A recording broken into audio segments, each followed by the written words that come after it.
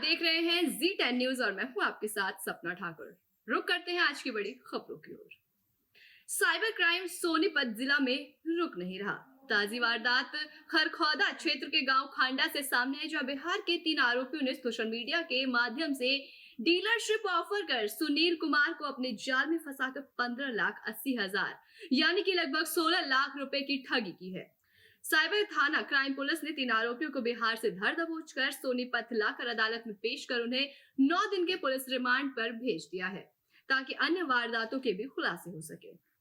Sonipat police की जो cyber थाना की टीम ने FIR नंबर 7 जो 19/10/2022 को रजिस्टर हुई थी, तो इसमें एक सुनील कुमार नाम के कंप्लेनेंट ने, जो खांडा खरखोदा का निवासी है, कंप्लेन दी थी कि इसको सोशल मीडिया के माध्यम से इसको डीलरशिप ऑफर की गई थी और उस ऑफर के बाद आगे चल के उसके साथ 15,80,000 रुपये का फ्रॉड किया गया था।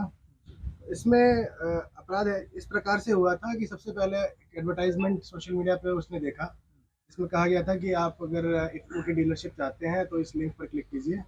उसने उस लिंक पे क्लिक किया, उसके बाद उससे एक फॉर्म भरवाया गया और जब उसने वो फॉर्म भर दिया उसके बाद उसे आगे से कॉल आए और उससे कहा कि अब एप्लीकेशन फॉर्म एक और आपको भरना है। फिर एक एग्रीमेंट उससे साइन करवाया गया, एक सर्टिफिकेट उसे प्रोवाइड किया गया। इसी तरह विभिन्न स्टेजेस पे उससे अलग अलग धनराशि वसूल की गई। फिर उससे कहा गया कि हम अब माल भेज रहे हैं तो इसका आपको पेमेंट करना पड़ेगा, NOC के लिए आपको अलग पैसे देने पड़ेंगे।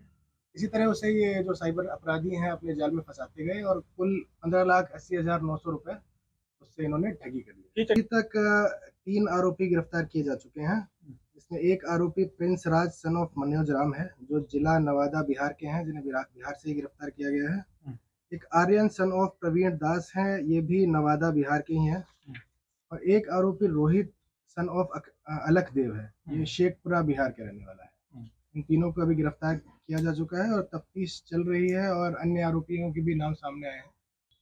अभी तक इन तीनों अपराधियों से 5 मोबाइल फोन और कुल 6,14,000 रुपए नगद बरामद किए जा चुके हैं। बाकी अभी ये रिमांड पे हैं तो इनसे और पूछताछ की जा रही है। 9 दिन का इनका रिमांड हमारे पास है। रीवा जिले के इलाहाबाद रोड पर भीषण सड़क हादसा होने की वजह से 2 लोगों की मौके पर ही मौत हो गई और 7 लोग गंभीर रूप से घायल बताए जा रहे हैं। बता दें कि अनूपपुर से इलाहाबाद जा रही एक बस दूसरे वाहन से टकरा गई, जिसके कारण ये बड़ा हादसा हो गया। इस हादसे के बाद घायल लोगों को जल्द से जल्द अस्पताल में भर्ती कराया गया। खास बात यह है कि दीपावली के पहले धनतेरस के दिन इसी सड़क पर बड़ा हादसा हुआ था, जिसमें करीब कैबिन में मौजूद सभी लोगों की मौत हो गई थी। कैबिन पूरी तरीके से चकनाचूर हो गया था। जानकारी के मुताबिक इस बार जो सड़क हादसा हुआ है उसमें बस की रफ्तार काफी तेज थी और उसी दौरान ड्राइवर को झपकी भी आ गई। बस अनियंत्रित होकर ट्रक से टकरा गई और ये भयानक हादसा हो गया। बस और ट्रक की भिड़ंत में क्या कह सकते हैं, कितने घायल हैं? पक्षीराज बस शेड्यूल से प्रयागराज जा रही थी। आज सुबह 3:30 को लगभग एक्सीडेंट हो गया। बस का ट्रक से भिड़ंत हो गया, जिसमें चालक मौके पर एक्सपायर कर गया और एक यात्री की भी घटनास्थल पर मृत्यु हुई। लगभग 25 लोग इस दुर्घटना से घायल हुए थे। सूचना मिलने पर तत्काल पुलिस अधीक्षक महोदय और कलेक्टर महोदय घटनास्थल पर पहुंचे थे। प्राथमिक स्वास्थ्य केंद्र और जिला अस्पताल SGMS सभी को अलर्ट पोजीशन पर रखा गया था। डॉक्टरों की टीम और उनके एसोसिएट सभी उपस्थित थे। मैं स्वयं SGMS में अपनी पूरी पुलिस टीम के साथ में डॉक्टर की टीम ने घटनास्थल से आए घायलों की उपचार व्यवस्था सुनिश्चित की गई। यहाँ पे 7 लोग लाए गए थे SGMS में, जिसमें 2 लोग गंभीर हैं। शेष लोगों का उपचार चल रहा है, वो साधारण किस्म की उनको चोटें हैं। बाकी जो घायल थे उनको वही प्राथमिक स्वास्थ्य केंद्र में ही उपचार के लिए भर्ती कराया गया, जहाँ उनका उपचार चल रहा है। सभी लोगों की इस तक जानकारी एकत्र की जा रही है और उनके सहयोगी साथी नहीं है उनके घरों में भी सूचित किया जा रहा है। सर, घटना कारण क्या बताया गया? अभी जो है जो जानकारी जितनी प्राप्त हुई थी वो हमने आपको शेयर की है और शेष जानकारी कितने लोग खत्म आने हुए पर हैं? आपको शेयर की जाएगी। कितने लोग खत्म हुए हैं सर? 2 व्यक्ति खत्म हुए हैं, एक चालक है और एक यात्री। वहीं यूपी के कासगंज में पुलिस और प्रशासन ने भूमाफियाओं के विरुद्ध बड़ी कार्रवाई की है। कासगंज में आज पुलिस न्यायालय जिला मजिस्ट्रेट के आदेश पर गैंगस्टर एक्ट के तहत गैंग लीडर अहमद नफीस उर्फ कालिया की 47 अचल संपत्तियों को जब्त किया है। जब्त की गई संपत्तियों की अनुमानित कीमत 1,28,60,000 रुपए बताई जा रही है। आपको बता दें कि कासगंज में प्रशासन की गैंगस्टर एक्ट के तहत अब तक की सबसे बड़ी कार्रवाई सामने आई। प्रशासन की इस कार्रवाई से आरोपियों के होश उड़ गए हैं। आपको बता दें कि कालिया के विरुद्ध वर्ष 1993 से अपराध जगत में सक्रिय रहते हुए हत्या और हत्या करने का प्रयास जैसी गंभीर अपराध करने और समाज विरोधी और अन्य आपराधिक कार्यों में लिप्त रहकर अवैध रूप से अर्जित धन से अचल संपत्ति और अपनी पत्नी और पुत्रों और भाई के नाम खरीदी गई उसकी अनुमानित कीमत 1,28,60,000 रुपए है। सर, थाना पटियाली क्षेत्र अंतर्गत जो कोर्ट की कार्रवाई चल रही है उसके बारे में आपका क्या कहना है? देखिए, अपराध एवं अपराधियों के नियंत्रण और उनके ऊपर अंकुश लगाने हेतु शासन के द्वारा जो लगातार अभियान चलाया जा रहा है उसके फलस्वरूप वाद संख्या 704/22 माननीय न्यायालय जिला मजिस्ट्रेट के आदेशों के उपरांत जनपद कासगंज में पटियाली क्षेत्र अंतर्गत कस्बा बरगेन में आज लगातार इस वाद में कुर्की किया जा रहा है। इसमें करीब 47 अचल संपत्ति नोटेड है और उसमें लगातार कुर्की किया जा रहा है। इसका अनुमानित मूल्य जो है करीब 100,28,60,000 रुपए है। वहीं जनपद बस्ती में जिला प्रशासन की हिला हवाली की वजह से खाद के सेंटर बंद पड़े हैं और किसान खाद के लिए दर दर भटकने को मजबूर है। किसान अपनी धान की फसल काटकर अब नई फसल उगाने के लिए खाद और डीएपी के लिए मजबूर ब्लैक में प्राइवेट दुकानों से खरीदने को मजबूर है। बस्ती जनपद में कहने को तो सैकड़ों खाद सेंटर बनाए गए हैं मगर अधिकारित पर ताला लगा हुआ है। रबी की फसलों की बुआई शुरू होने पे ही जनपद में डीएपी की किल्लत हो गई है। किसान बिक्री केंद्रों से मायूस लौट रहे हैं। जिले में स्थापित खाद के बिक्री केंद्र साधन सहकारी समिति जगन्नाथपुर, साधन सहकारी समिति लालगंज और क्षेत्र सहकारी समिति नगर बाजार बहादुरगंज बंद पड़े मिले।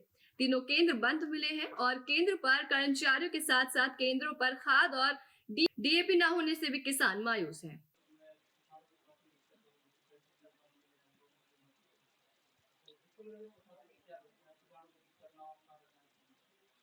जी, तहसील सदर क्षेत्र में खाद जो है पर्याप्त मात्रा में उपलब्ध है सभी सेंटरों पर। जिन सेंटरों से शिकायत की सूचना आ रही है उन पे टीम लगा करके क्षेत्रीय लेखपाल और अन्य राजस्व निरीक्षक के द्वारा जांच करा ली जाएगी और अगर कोई अनियमितता पाई जाती है तो खिलाफ कार्रवाई सुनिश्चित की जाएगी। क्या नाम है चाचा आपका? जिंकू। अच्छा, कहाँ के रहने वाले हैं? भक्तपुर। अच्छा, ये जो सोसाइटी आपकी यहाँ बनी हुई है हाँ। जगन्नाथपुर की, हाँ। इसमें खाद वाद कभी आपको उपलब्ध हुआ? ना यार, ना यार खाद। अच्छा, तो कैसे खेत की बुआई वुआई होती है? बाजार से आवल है। अच्छा, मैं यानी प्राइवेट ही खरीदते हाँ, हैं? प्राइवेट। बाजार में क्या भाव मिल जाता है? प्राइवेट में मिलल है। मतलब क्या रेट? सरकारी नहीं होते ऐसे ना, प्राइवेट के दाम मिलल है। अच्छा, क्या रेट मिलता है? 340। यूरिया? हाँ, यूरिया। और डाई? डाई 1200। कहाँ 1200? क्या नाम है भैया आपका? निरंकार चौधरी। अच्छा, कहाँ के रहने वाले हैं भैया? यहाँ अच्छा, ये जो सोसाइटी है इसमें कभी खाद वाद आया है? हाँ सर, आता था उधर 2 साल पहले, इधर तो नहीं आ रहा है। अच्छा, तो धान गेहूँ की बुआई कैसे होगी? बाहर के मार्केट से आ रहा खरीद करके ब्लैक। अच्छा, तो मिल ही नहीं रहा कुछ। अच्छा सर, एक समस्या हो यहाँ जो है धान की खरीदारी नहीं हो रही है। धान की खरीदारी कहीं नहीं हो रही है? तो एक बहुत बड़ी समस्या है सर। अच्छा, खाद बिया कुछ नहीं यहाँ मिल रहा है। अच्छा अच्छा। 2 साल से यही सब है समस्या। क्या नाम है चाचा आपका? हमारे बारे में ना हो भैया। अच्छा, कहाँ के रहने वाले हैं? भक्तपुर। हाँ। अच्छा, यहाँ जो सोसाइटी है जगन्नाथपुर की, यहाँ खाद वाद की क्या स्थिति है? मिल रही है कि नहीं? खाद तो समय नहीं मिलता है, 2 साल के पहले मिलता रहा। अच्छा, सरकार द्वारा तो ये कहा जा रहा है कि हर सोसाइटी सरकार द्वारा कोऑपरेटिव डैमेज भैले नाते ना लेवत है। अच्छा, तो कैसे खेत की बुआई वुआई चल रही खेत है? की बुआई इसे प्राइवेट खरीद जाता है। अच्छा, हाँ प्राइवेट ही लाते हैं। हाँ। क्या रेट मिल जाता है डाई बाजार से? डाई तो समय बाद 1600 बा केहू देत बा, 1500 बा। ठीक। केंद्रीय कृषि मंत्री नरेंद्र सिंह तोमर सोनीपत के गांव अटेरहना में शिरकत करेंगे। यहां पर तैयार किए गए पैक हाउस और उसके साथ ही प्रदेश में बने हुए 30 से अधिक किसान उत्पादक संगठन और अनेक पैक हाउस का उद्घाटन करेंगे। कार्यक्रम को लेकर सभी प्रकार की तैयारियां शुरू की जा चुकी हैं और आज के इस दौर में किसान काफी प्रगतिशील हो रहा है और इसको लेकर प्रशासन में प्रदेश की सरकार लगातार किसानों को प्रगतिशील बनाने का प्रयास करने के साथ साथ उनकी आय में बढ़ोतरी करने के लिए अलग अलग प्रयोग कर रही है।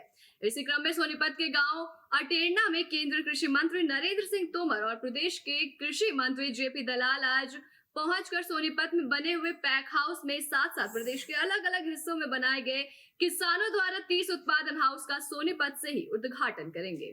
पूरा परिचय और क्या प्रोग्राम है? मैं डॉक्टर राकेश कुमार, जिला उद्यान अधिकारी सोनीपत। कल का जो है 17 नवंबर का जो कार्यक्रम है, यह एफपीओ के लिए है। लगभग सरकार की मदद से और किसानों के समूह ने लगभग पूरे हरियाणा में 30 एफपीओज ने अपने एकीकृत समूह के अंतर्गत इंटीग्रेटेड पैक हाउस तैयार किए हैं, जिसमें सरकार ने लगभग 60 से 70% की सब्सिडी उनको प्रदान करी है और आज वो सही तरीके से काम करने की हालत में आ गए हैं। तो उसी श्रृंखला में कल 17 नवंबर को हमारे माननीय श्री नरेंद्र तोमर जी, कृषि मंत्री भारत सरकार, व श्री जयप्रकाश दलाल जी, कृषि मंत्री हरियाणा, व सभी विभाग के अध्यक्ष व उपाध्यक्ष इस कार्यक्रम को शोभा बढ़ाएंगे और लगभग 27 से 30 एफपीओज का कल शुभारंभ एक ही इसी स्थल से किया जा रहा है। तो क्या लाभ मिलेगा इससे? कितने किसान या इसमें किसानों को मोटिवेशन होगा। किसान आने वाले समय में इस किसान समूह से सीखेंगे और अपना जो प्रोडक्ट है, जो एक समूह के अंतर्गत वो दूर जा कर के बेचते थे, इस समूह के अंतर्गत आने के बाद वो अपना प्रोडक्ट के अच्छा कीमत पा सकते हैं और एकजुट होकर के कार्य करने के लिए वो उत्साहित होंगे। कल कितने किसान शामिल होंगे इसमें? लगभग 3000 किसान यहाँ शामिल होने की संभावना है। कितने राज्य से आ सकते हैं, क्या कुछ जानकारी? ये जो है नज़दीक के राज्य हैं, जैसे सोनीपत से तो हैं ही, और इसके अलावा झज्जर, यमुनानगर। एफपीओज के जो है ना, जहाँ एफपीओज है और जहाँ इंटीग्रेटेड पैक हाउस लगे हैं, वहीं से फार्मर्स को बुलाया गया। किस तरह की तैयारी दिखाई दे रही है? तैयारी चल रही है और हम पूर्णतः सजग हैं और इसको हम पूर्णतः अच्छे से करेंगे और इसको सफल बनाएंगे। कितने किसान हो सकते हैं, किस तरह की तैयारी दिखाई दे रही है? मैं कंवर सिंह चौहान, पद्मा श्री अवार्डी किसान हूँ और हमने यहाँ एक पैक हाउस लगाया है Aterna organic farm producer company limited के नाम से, जो बेबी कॉर्न का एक्सपोर्ट कर रहा है पहले भी और आगे करना है। तो इसके लिए एक पैक हाउस हरियाणा सरकार की जो CCDP योजना है उसके तहत ये सामने आप देख रहे हो, ये एक पैक हाउस हमने लगाया है और इस पैक हाउस का उद्घाटन करने के माननीय कृषि मंत्री नरेंद्र सिंह तोमर जी आ रहे हैं और उनके साथ में हरियाणा के कृषि मंत्री जेपी दलाल जी भी आ रहे हैं, साथ में ACS सुनीता मिश्रा जी होंगी, DG हॉर्टिकल्चर होंगी और ये एक प्रोग्राम है हॉर्टिकल्चर विभाग का। इसमें 2500 किसान भाग ले रहे हैं बाहर से और कम से कम यहाँ से हज़ारों लोकल किसान भी होंगे और इनको बेबी कॉर्न की जो खेती होती है, बेबी कॉर्न का एक्सपोर्ट कैसे होता है, इस विषय में बेबी कॉर्न पर एक सेमिनार का भी यहाँ आयोजन है। तो लोग आएंगे यहाँ, बेबी कॉर्न की खेती देखेंगे, एक्सपोर्ट कैसे होता है वो देखेंगे, पैक हाउस कैसे होता है, पेडा से रजिस्टर्ड पैक हाउस कराने की यहाँ बात है, एक्सपोर्ट की बात है। तो किसान खेत में पैदा करके और एक्सपोर्ट तक करने तक का सारा जो कार्य है यहाँ सीख कर जाएंगे। तो क्या इसका महत्व है, क्या पहल की जा रही है? ये अपने जो प्रधानमंत्री है माननीय नरेंद्र मोदी जी, इन्होंने पिछले बजट में 10,000 FPO बनाने का देश में निर्णय लिया था। FPO बनाने का इसलिए निर्णय लिया कि FPO के माध्यम से वे किसानों की आमदनी बढ़ाना चाहते हैं। जैसे कि यहाँ बेबी कॉर्न की खेती होती है, जब बेबी कॉर्न की किसान खेती करते हैं और उसके बाद में यदि उसको हम एक्सपोर्ट करेंगे बाहर तो अच्छा पैसा मिलेगा और किसान को भी अच्छा पैसा मिलेगा, साथ में और जो FPO है उसकी भी कमाई होगी, उसके द्वारा जो प्रॉफिट होगा किसानों में बटेगा। तो किसानों की आमदनी बढ़ाने का एक ये तरीका है कि किसान देश में पैदा करे, पैदा करने के बाद प्रोसेस करे, प्रोसेस करने के बाद देश और विदेश के बाज़ार में बेचे, इसके किसानों की आमदनी बढ़ेगी। तो यहीं से शुरुआत हो रही है कल से? वैसे तो देश में बहुत जगह शुरुआत हो चुकी है इसकी, पर हरियाणा में ये एक बहुत बड़ी शुरुआत है कि यहाँ से कल 30 FPO का इनोवेशन माननीय कृषि मंत्री नरेंद्र सिंह तोमर द्वारा किया जा रहा है और इसमें ये यहाँ फिजिकल रूप से आ रहे हैं टेरना में और बाकी 30 FPO का भी वो यहीं से उद्घाटन करेंगे। माउंट आबू में सीएम अशोक गहलोत के निर्देश पर सुधीर जैन मॉनिटरिंग कमेटी के अध्यक्ष बनाए गए हैं। इसके साथ ही माउंट आबू में इको फ्रेंडली होम्स शौचालय निर्माण के बाद टोकन लेने का रास्ता खोल दिया गया। अब से eco sensitive zone master plan का समाधान होने लगा है। शौचालय से वांछित सैकड़ों परिवारों को राहत मिलने वाली है। बता दें कि माउंट आबू क्षेत्रीय अधिकारी pollution control board Sirohi, one संरक्षण और परमानंद लालवानी, ललित सांखला, शब्बीर कुरैशी सदस्य होंगे। डॉक्टर गुरमीत राम रहीम सिंह जी इंशा ने मंगलवार को शाह सतनाम जी आश्रम बरनावा जिला बागपत से ऑनलाइन गुरुकुल के माध्यम से रूहानी सत्संग फरमाया। इस अवसर पर गुरुजी ने जहां भारी तादाद में लोगों की बुराइयां और नशे छुड़वाए, तो वहीं जिज्ञासुओं के सवालों के भी जवाब देकर उनकी जिज्ञासा को शांत किया। इसी दौरान पूज्य गुरुजी ने बताया, सफेद बाल को काला बाल देसी नुस्खे से किया जाता है। इसके साथ ही डेरा सच्चा सौदा मुखी ने अपने भजनों के माध्यम से भी समाज से नशा और अन्य बुराइयों को अपने भजनों के माध्यम से जड़ से खत्म करने का आह्वान किया।